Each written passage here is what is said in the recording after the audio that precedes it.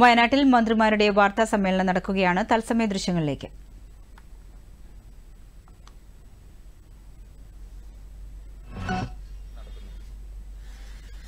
Check list സംവിധാനം ഏർപ്പെടുത്തിയിട്ടുണ്ട്. ഒരു നോഡൽ ഓഫീസർക്ക് ചുമതല കൊടുത്തിട്ടുണ്ട്. അദ്ദേഹം കൃത്യമായി അതിന്റെ കാര്യങ്ങൾ അറിയിക്കുന്നുണ്ട്. ഒരു ഹെൽപ്പ് ഡെസ്ക് ഉണ്ട്. എന്ത് സംശയം ചോദിക്കാനും ആരെ കാണാൻ വരുന്നില്ല ഹെൽപ്പ് ഡെസ്കിൽ ചോദിക്കാവുന്നതാണ്. ഹെൽത്ത് ചെക്കപ്പ് ഇൻക്ലൂഡിംഗ് എല്ലാ നിലയിലുള്ള ചെക്കപ്പും ഉള്ള സംവിധാനമുണ്ട് ഹെൽത്ത് ചെക്കിന്റെ. അതുപോലെ തന്നെ നമുക്കൊക്കെ അറിയാം, വലിയ മാനസികമായ പ്രയാസത്തിലാണ് ആളുകൾ ക്യാമ്പിൽ കഴിയുന്നത്. അപ്പൊ അവർക്ക് മെന്റൽ ആയിട്ടുള്ള സ്ട്രെങ്തൻ ചെയ്യാൻ മെഡിക്കൽ കൗൺസിലിംഗ്, സൈക്കോളജിക്കൽ കൗൺസിലിങ്ങിനൊക്കെ തന്നെ പ്രത്യേക സംവിധാനങ്ങൾ ഒരുക്കിയിട്ടുണ്ട്. എന്നാൽ അവിടെ നിന്ന് കിട്ടിക്കൊണ്ടിരിക്കുന്ന വിവരം കുറച്ചുകൂടി നമ്മൾ നിയന്ത്രണം, സ്വകാര്യത അവർക്ക് ഉറപ്പുവരുത്താൻ ഏർപ്പെടുത്തണം എന്നുള്ളതാണ്. നിങ്ങളെല്ലാവരും സഹകരിക്കണം. ആളുകൾ ഈ നിലയിൽ ഒരു വീടാണ് ആ ക്യാമ്പിലെ ഒരു മുറി എന്ന് കണ്ടുകൊണ്ട് ഇടപെടുന്ന ഒരു സ്ഥിതി ഉണ്ടാവണം എന്നുള്ളതാണ് പൊതുവെ എനിക്ക് അഭ്യർത്ഥിക്കാനുള്ളത്. ഞങ്ങളത് ചർച്ച ചെയ്ത് പൊതുവെ ആലോചിച്ചപ്പോൾ അതൊന്ന് ശ്രദ്ധപ്പെടുത്തണമെന്നാണ് തോന്നിയിട്ടുള്ളത്. ക്യാമ്പിലേക്ക് കുറെ കൂടി നമ്മളൊരു റെസ്ട്രിക്ഷൻ വരുത്തിക്കൊണ്ട് കാര്യങ്ങൾ ചെയ്യണമെന്നാണ് ഉദ്ദേശിക്കുന്നത്. കൂടുതൽ ആളുകളുള്ള ക്യാമ്പിൽ ആളുകളുടെ എണ്ണം കുറക്കാൻ മറ്റ് ക്യാമ്പുകൾ ഉൾപ്പെടെ തുടങ്ങുന്ന കാര്യവും ആലോചിച്ചിട്ടുണ്ട്. വൃത്തി ഉറപ്പുവരുത്താൻ വേണ്ടിയിട്ട് ക്ലീനിങ് നോഡൽ ഓഫീസർമാർ പ്രത്യേകം ശ്രദ്ധിച്ച് ഇവിടെ അങ്ങോട്ട് വരും. നോഡൽ ഓഫീസർമാർ പ്രത്യേകം ശ്രദ്ധിച്ച് അതിന്റെ കാര്യങ്ങൾ ചെയ്യേണ്ടതുണ്ട് എന്നുള്ളതാണ് പൊതുവെ ചൂണ്ടിക്കാട്ടാനുള്ളത്.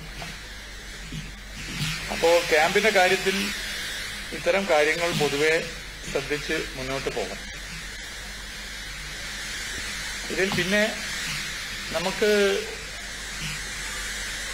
മറവ് ചെയ്യാൻ വേണ്ടി നേരത്തെ നമ്മൾ പറഞ്ഞ കാര്യങ്ങളാണ്. അതിന് ഏകദേശം 9.25 ഏക്കർ സ്ഥലം വിവിധ ഇടങ്ങളിലായിട്ട്, അതിന്റെ ഡീറ്റെയിൽസിലേക്ക് ഞാൻ പോകുന്നില്ല. കൽപ്പറ്റ മുനിസിപ്പാലിറ്റി, വൈത്തിരി, മുട്ടിൽ തുടങ്ങി നേരത്തെ അറിയിപ്പ് കിട്ടിയതാണ്.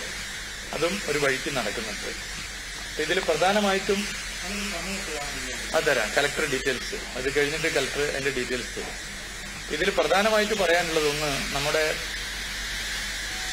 രക്ഷാദൌത്യവും അതുപോലെ തന്നെ മറ്റ് വോളണ്ടിയർ പ്രവർത്തനവും ഇന്നലെ നിശ്ചയിച്ചതുപോലെ സോണലായി തിരിച്ച് ഫോഴ്സസിന്റെ റെസ്പോൺസിബിലിറ്റിയും ഓഫീസേഴ്സിനും വോളണ്ടിയേഴ്സിന്റെയും ഇൻഡിവിജ്വൽ റെസ്പോൺസിബിലിറ്റിയും നിശ്ചയിക്കാൻ പറ്റിയിട്ടുണ്ട്.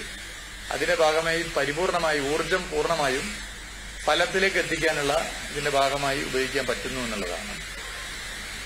ഇപ്പോ ഈ കണ്ടെത്തിയ ബോഡിയും മറ്റു കാര്യങ്ങളും വെച്ച് തന്നെ പൊതുവെ കരുതുന്നത്. അത് നമുക്ക് ഇനിയും തുടരണം. ഈ സംവിധാനം തന്നെ ഇന്നലെ മീറ്റിംഗ് ചേർന്ന് ഞങ്ങൾ എല്ലാ ഫോഴ്സിന്റെ ഡിപ്പാർട്ട്മെന്റ് ഹെഡ്സിന്റെ ഒഫീഷ്യൽസിന്റെയും മീറ്റിംഗ് വെച്ചുകൊണ്ട് എടുത്ത തീരുമാനം അത് ഫലപ്രദമായി മുന്നോട്ട് പോകുന്നുണ്ട്.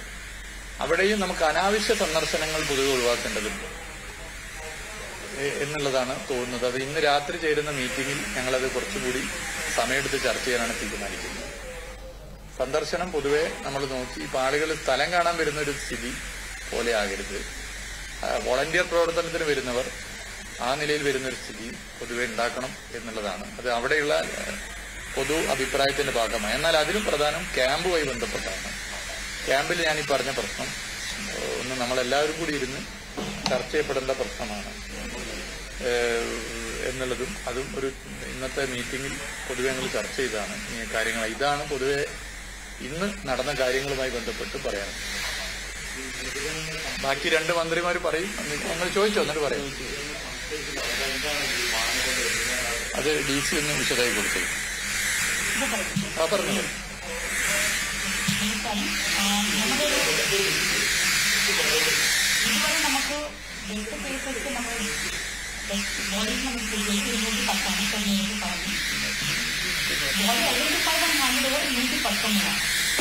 അതിനുശേഷം നമുക്ക് അൺഐഡന്റിഫൈഡ് ബോഡീസ് എന്തെങ്കിലും ഉണ്ടെങ്കിൽ നമ്മളത് മറവ് ചെയ്യാനുള്ള ഒരു SOP നമ്മൾ തയ്യാറാക്കിയിട്ടുണ്ട്. സോ അതിനെ ഫസ്റ്റ് നമ്മൾ ബോഡി മോൾ എന്തെങ്കിലും മാർക്സ് ഉണ്ടോ പിന്നെ അവിടെ ഫോട്ടോ അടക്കം നമ്മൾ സൂക്ഷിച്ചു വെക്കും. ബോഡി ഐഡന്റിഫിക്കേഷൻ ചെയ്യാത്ത രീതിയിൽ എന്തെങ്കിലും ഉണ്ടെങ്കിൽ ബോഡീന്റെ മാർക്സും പിന്നെ ഒരു DNA അനാലിസിസ് കൃത്യമായിട്ട് നമ്മൾ ചെയ്യും. പിന്നെ എന്തെങ്കിലും ഈ ചെയിനോ അങ്ങനെ എന്തെങ്കിലും ഉണ്ടെങ്കിൽ ആ മാർക്സും കൂടി നമ്മൾ കൃത്യമായിട്ട് രജിസ്റ്ററിൽ നമ്മൾ എഴുതിയിട്ടും സീരിയൽ നമ്പർ ഉൾപ്പെടുത്തിയിട്ടും അവിടെ കിട്ടുന്ന അവശേഷങ്ങളെല്ലാം അതിനെ സൂക്ഷിച്ച് നമ്മൾ ലോക്കൽ സെസ് ഗവൺമെന്റിന്റെ മുൻപാകെ ലോക്കൽ ഗവൺമെന്റ് പറഞ്ഞാൽ പഞ്ചായത്തിന്റെ ആരെങ്കിലും ഒരു പ്രതിനിധിയുടെ മുമ്പാകെ ലോക്കലായിട്ടുള്ള ആൾക്കാരുടെ മുമ്പാകെ നമ്മൾ മറവ് ചെയ്യും.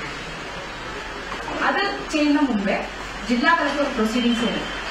അത് ഡിസ്ട്രിക്ട് മെഡിക്കൽ ഓഫീസറും പിന്നെ നമ്മളെ പോലീസ് ഡിപ്പാർട്ട്മെന്റിന്റെ ആൾക്കാരും ലോക്കൽ ഗവൺമെന്റിന്റെ ആൾക്കാരും എല്ലാവരുടെ സമക്ഷത്തിൽ ഒരു മീറ്റിംഗ് കൂടിയിട്ട് ഇങ്ങനെയുള്ള ഒരു ബോഡി നമുക്ക് കിട്ടിയിട്ടുണ്ട്, അത് ഐഡന്റിഫൈ ചെയ്യാൻ നമുക്ക് പറ്റുന്നില്ല. സോ നമുക്ക് അങ്ങനെ ഒരു കേസ് വന്നിരുന്നു, മാപ്പൗട്ട്സ് വരാൻ തുടങ്ങി. അത് നമുക്ക് ഭയങ്കര ബുദ്ധിമുട്ടാണ്. സോ അത് നമ്മൾ ഡിസൈഡ് ചെയ്തിട്ട് പ്രൊസീഡിംഗ്സ് ആക്കിയിട്ട് ഈ SOP കൃത്യമായിട്ട് നമ്മൾ ഫോളോ ചെയ്തിട്ട് മറവ് ചെയ്യാനുള്ള സംവിധാനമാണ് നമ്മൾ തയ്യാറാക്കിയിട്ട് വെച്ചിരിക്കുന്നത്. ഇതിനെ സെയിം വകുപ്പിൽ നമ്മൾ ഡിസ്കഷൻസ് ചെയ്തിട്ട് അനുവാദം വാങ്ങിയിട്ടുണ്ട്. പിന്നെ അതിനുവേണ്ടി കുറച്ച് ബറിയൽ ഗ്രൗണ്ട്സ് നമ്മൾ ഐഡന്റിഫൈ ചെയ്തിട്ട് കൊടുത്തിട്ടുണ്ടായിരുന്നു ബേസ്ഡ് ഓൺ റിലീജിയസ് ഫുഡ്.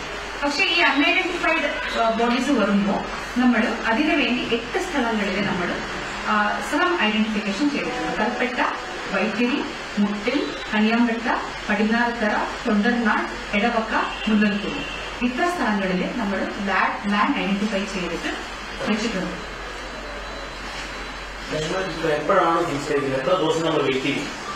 ഇന്ന് നമ്മൾ സ്റ്റാർട്ട് ചെയ്യും. ഇന്ന പ്രൊസീഡിങ്സ് ആക്കി വെച്ചിട്ടുണ്ട്. ഇന്ന് ഫസ്റ്റ് ബോഡി നമ്മൾ ക്രിമേഷൻ ചെയ്യാൻ പോകുന്നത്.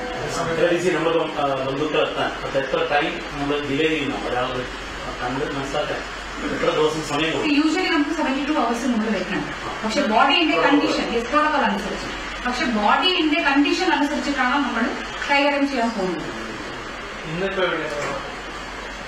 ഇന്നാണ് നമ്മൾ ഡിസൈഡ് ചെയ്യുന്നത്. പ്രൊസീഡിങ്സ് നമ്മൾ റെഡിയാക്കിക്കൊണ്ടിരിക്കുന്നത്. ഒരു ടീം അത് സജ്ജമാക്കുന്നത്. അതിന്റെ ഡീറ്റെയിൽസ് നമ്മൾ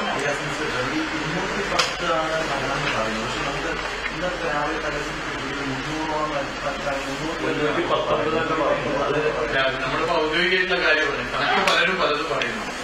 ബോഡി പാർട്സ് ഉൾപ്പെടെ പറയുന്നത്. അതെ അത് നമ്മളിപ്പോ കണക്കിൽ എടുത്തിട്ടില്ല. ബോഡി പാർട്സിന്റെ ഈ കണക്കിൽ ബോഡി പാർട്സിന്റെ കാര്യങ്ങൾ എന്താ ചെയ്യാം? ബോഡി പാർട്സിലും സെയിം നമ്മൾ ബോഡീനെ നമ്മൾ എങ്ങനെയാണ് മറവ് ചെയ്യാൻ പോകുന്നത്, ബോഡി പാർട്സും അതേ സംവിധാനം ഉൾപ്പെടുത്തിയിട്ടാണ് മറവ് ചെയ്യാൻ പോകുന്നത്. ഓരോന്നും ഇൻഡിവിജ്വൽ കേസ് ഓരോ ഇൻഡിവിജ്വൽ കേസായിട്ട് നമ്മൾ ബിക്കോസ് ഏറ്റവും ലാസ്റ്റ് വയനാട്ടിൽ മന്ത്രിമാർ നടത്തുന്ന വാർത്താ സമ്മേളനത്തിന്റെ തത്സമയ ദൃശ്യങ്ങളാണ് ഇപ്പോൾ കണ്ടത്. താമരശ്ശേരി കിഴക്കോത്ത് പഞ്ചായത്തിലെ പൊന്നുംതോരമലയിൽ അനധികൃത ചെങ്കൽ ക്വാറിയും നിർമ്മാണ പ്രവർത്തനങ്ങളും നടത്തിയതിന്റെ ഫലമായി മലയിടിച്ചിൽ ഭീതി നിലനിൽക്കുന്നതായി BJP ജില്ലാ പ്രസിഡന്റ് VK സജീവൻ. ഇവിടെ നിന്നും മാറ്റിപ്പാർപ്പിച്ച 196 കുടുംബാംഗങ്ങളെ സന്ദർശിച്ച ശേഷം ദൂരദർശനോട് പ്രതികരിക്കുകയായിരുന്നു അദ്ദേഹം.